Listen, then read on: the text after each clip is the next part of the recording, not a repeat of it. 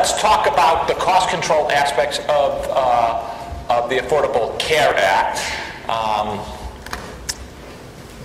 One of the interesting things is, unless the Supreme Court does something different than all the courts that have considered the issue up till this point, there's a provision known as separability. So if the Supreme Court finds one provision of a bill unconstitutional, it doesn't mean everything in the bill gets thrown out. The bill is severable, in other words. I think I've got that right? All the underlying courts, including the ones that have declared the individual mandate unconstitutional, it said the bill's severable, so that the cost control provisions, to the extent that they don't entail the exchange, are still going to go into effect, even if the court holds that the individual mandate is unconstitutional. So what we're talking about now, probably no matter what the Supreme Court does, is going to be relevant. Okay, so which will have a more dramatic, get your clickers out please, which will have a more dramatic impact on reducing future levels of healthcare spending? Reducing the level of healthcare spending, reducing the rate of the rate of growth of healthcare spending. Okay, this is a really important slide to understand. So these are actual data on the rate of national health expenditures taken right out of that Health Affairs report that we have referred to it several times. And here we are in 2010 with the passage of the Affordable Care Act. The blue line here represents what? Level effect. Everyone got that? You just basically take out, in this case, about 1 billion? We wouldn't know this. $500 billion. Remember, we're in healthcare. It only is big. $1 billion is insignificant when it comes to healthcare. So, no, that shouldn't be trillion, sorry. Okay, this is $500 billion, and then the slope continues. Okay, so you can see you get basically the parallel line, but you're down one shot. What's $500 billion? $500 billion is round about the unnecessary care estimate that a lot of those companies made. McKinsey has made it, Thomson Reuters has made it, the Institute of Medicine has made it. So it's a big chunk, right? It's a 20% drop in spending. But you can see basically we get to $4 billion here. What, 2015, 2016, and then we get to $4 billion 2018, maybe a couple of years, 3 years, 4 years. You know, it just delays things. On the other hand, if you look at a change in the slope, and this is to drop the slope half. So if we're 2% over GDP growth, this is 1% over GDP growth, you can see a much slower climb. All right? So which do you think is more important, the level or the rate of growth? Rate, exactly. That's why before, when we were talking about costs, we went on and on talking about what affects the rate of growth. Yes, we're spending a lot of money, way more than Europe, but also what we're interested in is that rate of growth and trying to affect the rate of growth. All right? Notice something very important about this graph. So there are a whole lot of provisions in the bill. And again, anytime any one of your knucklehead relatives say, you know, that bill, it's 90% coverage, 10% everything else, baloney. There is a ton of stuff in the bill that is other than access and other than the exchanges and Medicare expansion. Reduce payment for Medicare Advantage. What's Medicare Advantage? Right, it's the HMOs. It's Part C. Remember, A, hospitals, B, physician services, C, Medicare managed care, and D is drugs, pharmacy benefit. So there has been a big argument that we're overpaying the HMOs, that basically they get a disproportionate number of healthy people. We pay the average to them. They get healthy people, which means on average their expenditures are lower than average because they're healthier than average. The estimates are 14%. And so this provision cut their reimbursement by 14%. By the way, there's a professor here, Mark Duggan, who thinks that's even that we're still overpaying them substantially. That in fact they've been overpaid by maybe as much as 50%. Reduced payment for other Medicare providers. So one of the provisions that's in the bill, really small detail, you'd have to look hard, is for radiologists when they do a chest and abdomen CT. They don't put you on the machine and do the chest, take you off the machine, put you back on the machine and do the abdomen, right? They just run you through from shoulders down to pelvis. One run through. And yet they charge for each as if it were a separate procedure. Well, you fix that. Fix some home care stuff, since home care is rife with problems.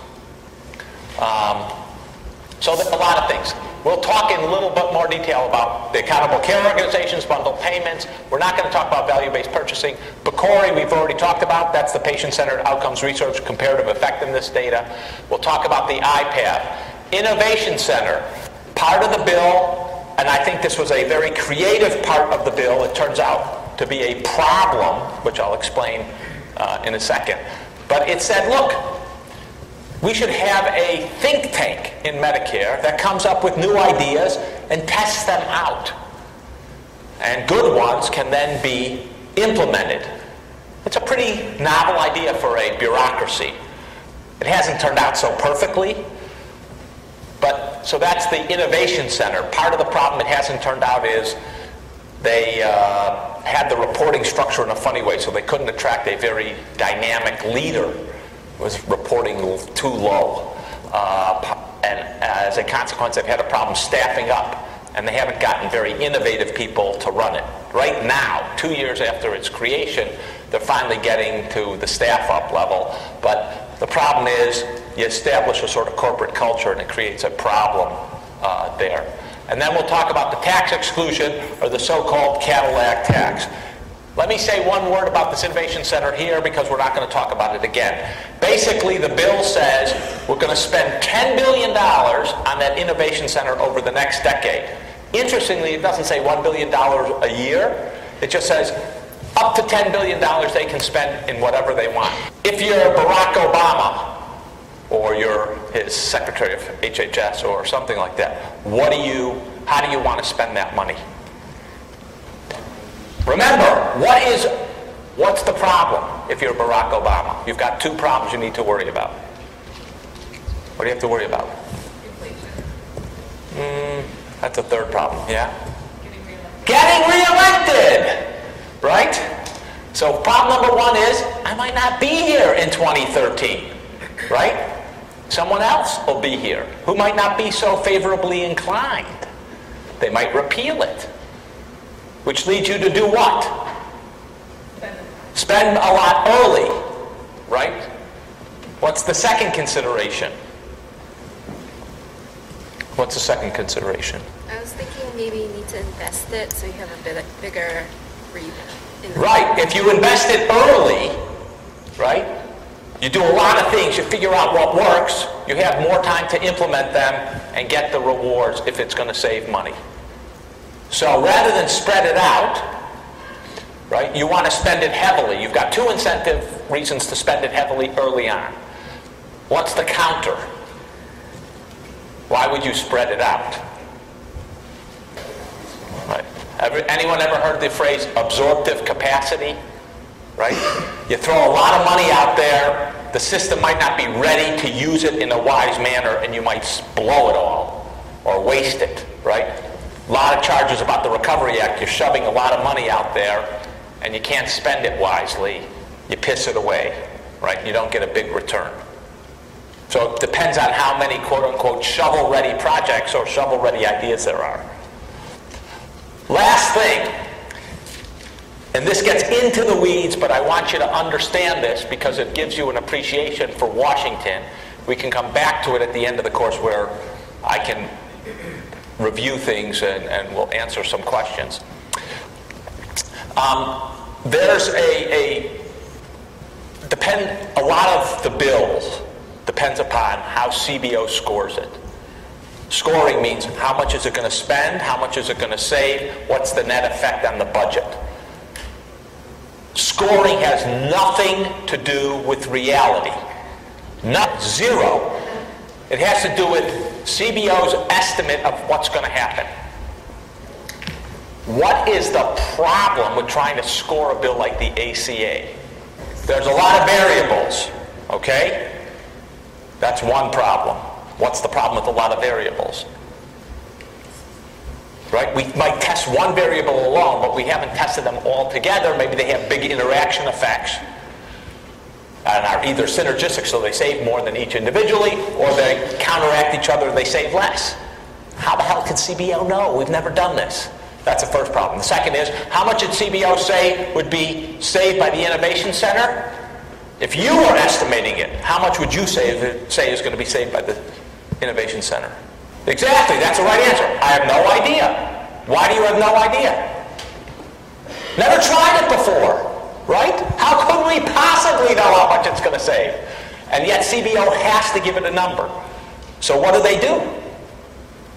What could they do? They invent a number. It's called guesswork. And the number they invented, $23 billion. No idea where that number came from. I have no idea. And guess what? I'm not even sure they have any idea where that number came from. But it turns out to be a terrorist number.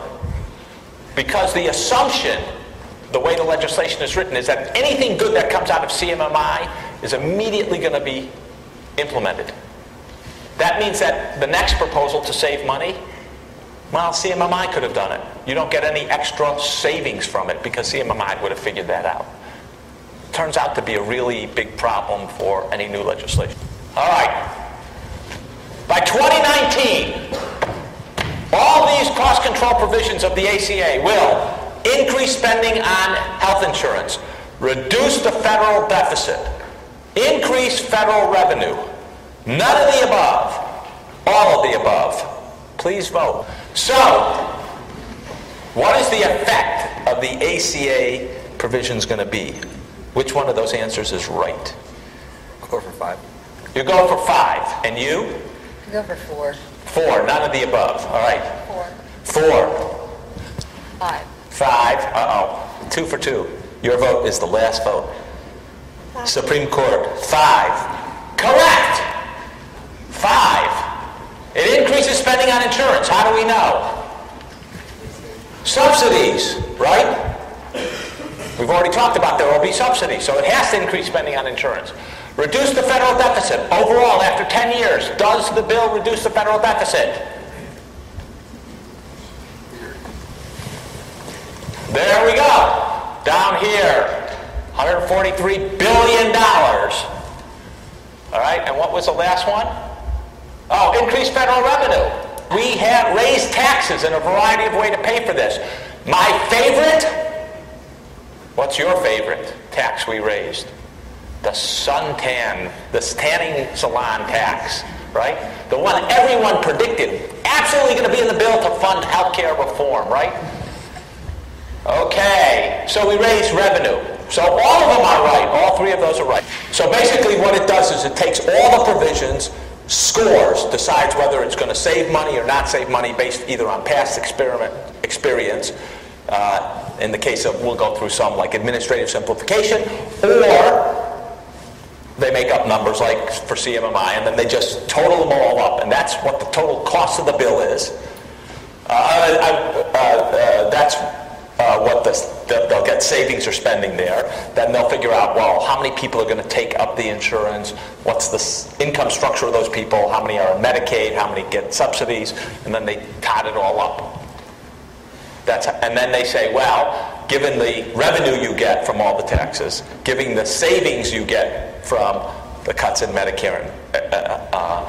and then given how much you have to spend for Medicaid and how much has to be spent additionally on subsidies, what's the net revenue projection? And you can see, right, that we're saving money right from the get-go. 2012, 10 billion, 56 billion, 51 billion. Then you're spending a little more here when a lot of people go on to the exchanges, and then you begin to save more. And we'll talk about this savings, where it's coming from. A lot of it comes from the Cadillac tax at the end. Okay? All of CBO scoring is artificial. None of it reflects reality. We spent a substantial amount of time developing models, okay, about the impact of healthcare reform.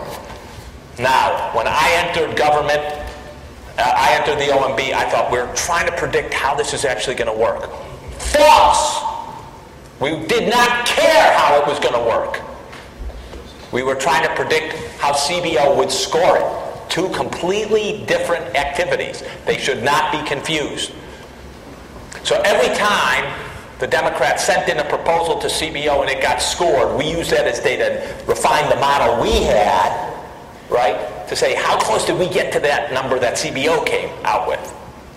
That's what we were trying to do, because you need to predict CBO because they're the official scorekeeper. Okay, which one of the provisions under the ACA reduces the level of spending? Level. Is that what we're really interested in, the level of spending? No, it's not. Okay. Which one of those provisions reduces the level of spending? We only got one right answer. There are two here. Administrative simplification, right, takes out about $30 billion if done properly from the system by improving the billing arrangements. I fought very hard for this. The other doc on the team, we feel like we were responsible for this being in the bill. There was a lot of resistance from the Hill staff. Oh, we already got one form. They had no idea how billing actually worked. So administrative simplification, just going to take $30 billion out. It is going to take it out year on year once you solve the problem, but it doesn't take out more each year. And then reduction in overpayment to Medicare Advantage is also a level. If we do it right, PCORI and ACOs certainly should be reducing the rate. Bundle payment we can argue about.